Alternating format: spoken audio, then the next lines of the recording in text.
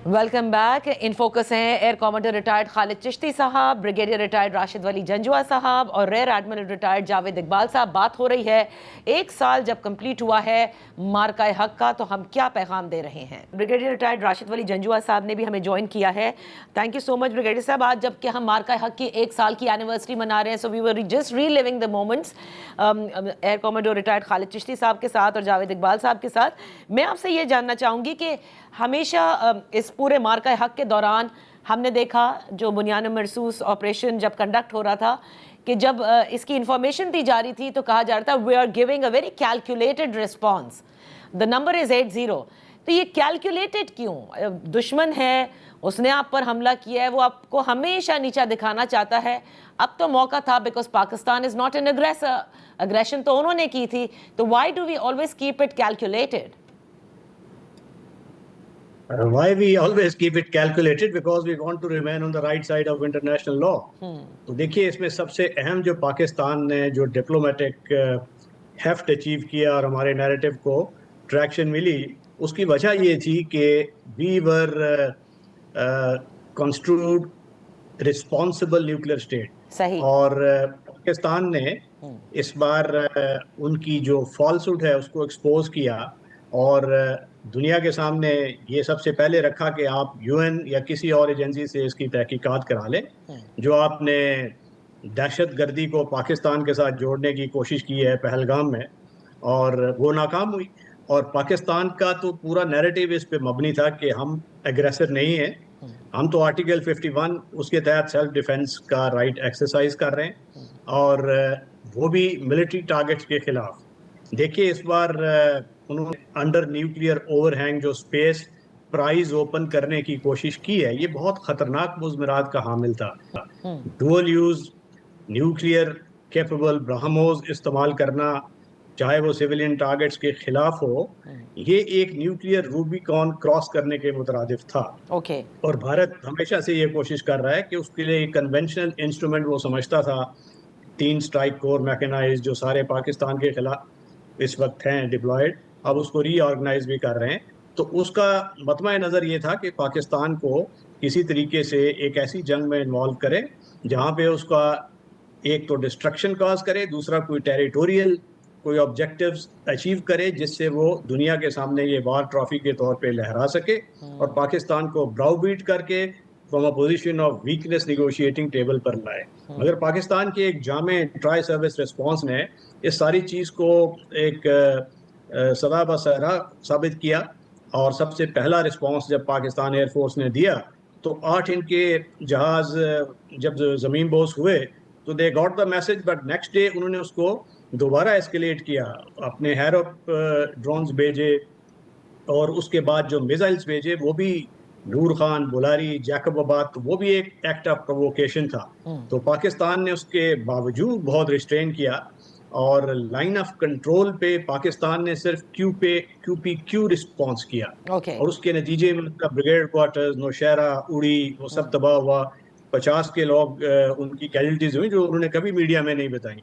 और उसके बाद 10 को जो एपोथियोसिस था इस सारे इवेंट का, जी। वो था बुनियादन महसूस। और वहां देखिए उन्होंने न्यूक्लियर कैपेबल मिसाइल्स हमारे इलाके पे भेजे और पाकिस्तान ने वहां पे rocket guided artillery Fatah 1 Fatah 2 का इस्तेमाल किया। सही। And hats off to air force, उनके जिस तरीके से उन्होंने अपनी इनोवेशन, नेटवर्क सेंट्रिसिटी और अपने मिसाइल्स का बेहतरीन इस्तेमाल किया। S-400 को टारगेट करना एक एयरफोर्स के मिसाइल से, दैट टुक सम टेकिंग, और उसके बाद वो रैटल हुए Indians and then they started thinking of ending this conflict. तब उनको समझ में आया कि वो जो पाकिस्तान को समझते हैं पाकिस्तान वो नहीं, पाकिस्तान का दिफा इंतहाई मजबूत है। खालिद चिश्ती साहब, अब अगर आप देख रहे हैं तो जाहिर है कि जैसे अभी जावेद इकबाल साहब भी कह रहे थे कि दुश्मन जो है उसको कभी भी अंडर एस्टिमेट नहीं करना चाहिए, और जाहिर है जो शिकस्त खोरदा होता है वो फिर ज़्यादा ही वार करता है।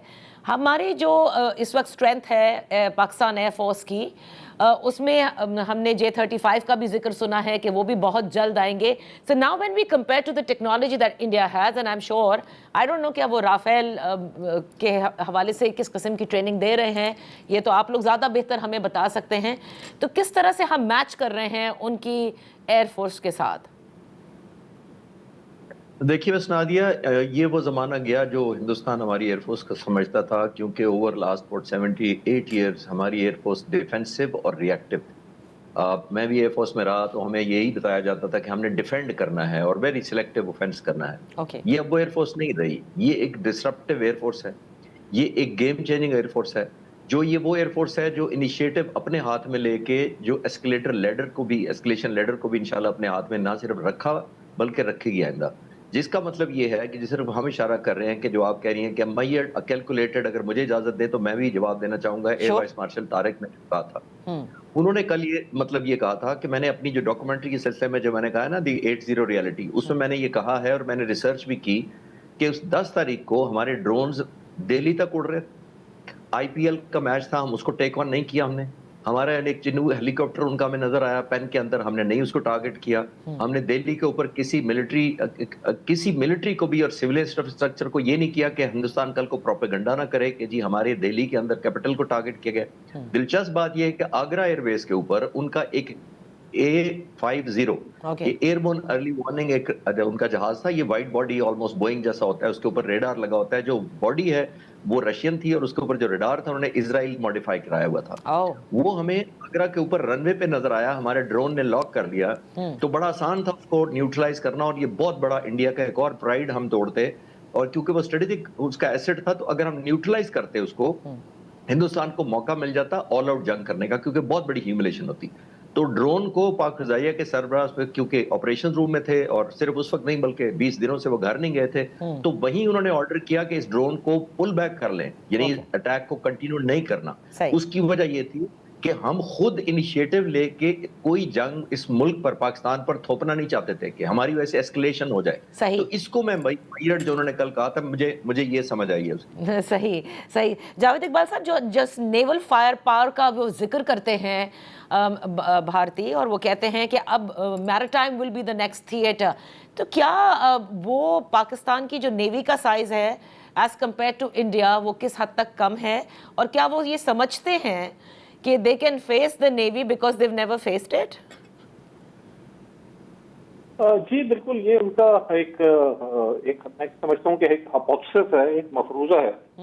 आपने देखा कि पिछले कुछ 15-20 सालों से वो इस चीज का प्रचार कर रहे हैं कि जी अब चूंकि बॉर्डर जो हैं वो फेंस हो चुके हैं, तो अब वो मतलब पाकिस्तान की तरफ से वो एक जी दहशतगर्दी अब समुद्र के रास्ते से होगी और उसको भारतीय बहरिया जो है वो काउंटर करेगी। वो इस चीज को काफी प्रोपगेट करते हैं। सही। और इसी तरह कन्वेंशनल डोमेन में भी वो कहते हैं कि जंग की सूरत में हम कराची को ब्लॉकेट कर देंगे, गवादर को तबाह कर देंगे।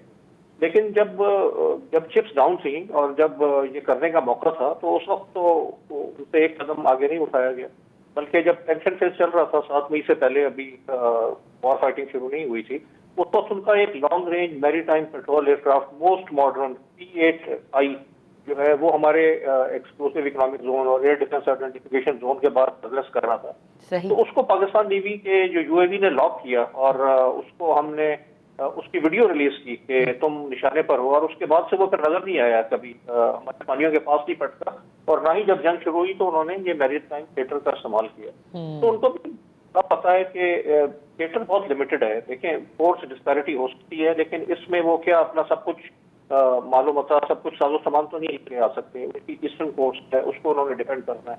हमारे सबमरीन जो है वो उनकी ईस्टर्न कोस्ट को भी जाके निशाना बना सकती हैं। तो यहाँ पे एक लिमिटेड एसेट्स वो लेकर आ सकते हैं, और उसमें वो ये समझते हैं कि अगर पाकिस्तान नेवी की जो एक एंटी एक्सेस और एरिया डिनायल स्ट्रेटजी के तहत हमने दूर मार एक पावर रखी हुई है, ताकि दुश्मन जो है वो इस एरिया में दूर से घुसने की कोशिश ही ना करे और उसको वहीं पे निशाना बना के। सही। लेकिन अगर फिर भी कोई लीकर द्वारा आगे आ जाते हैं, तो जो इनर पैटर्न है हमारा, उसमें उनको शिकार किया जा सके, उनके बहरी जहाजों को, उनके वो जो फाइटर एयरक्राफ्ट अगर वो कोई लॉन्च करते हैं या मैरीटाइम एयरक्राफ्ट, तो ये 2 लेयर स्ट्रेटजी है, anti access and area denial.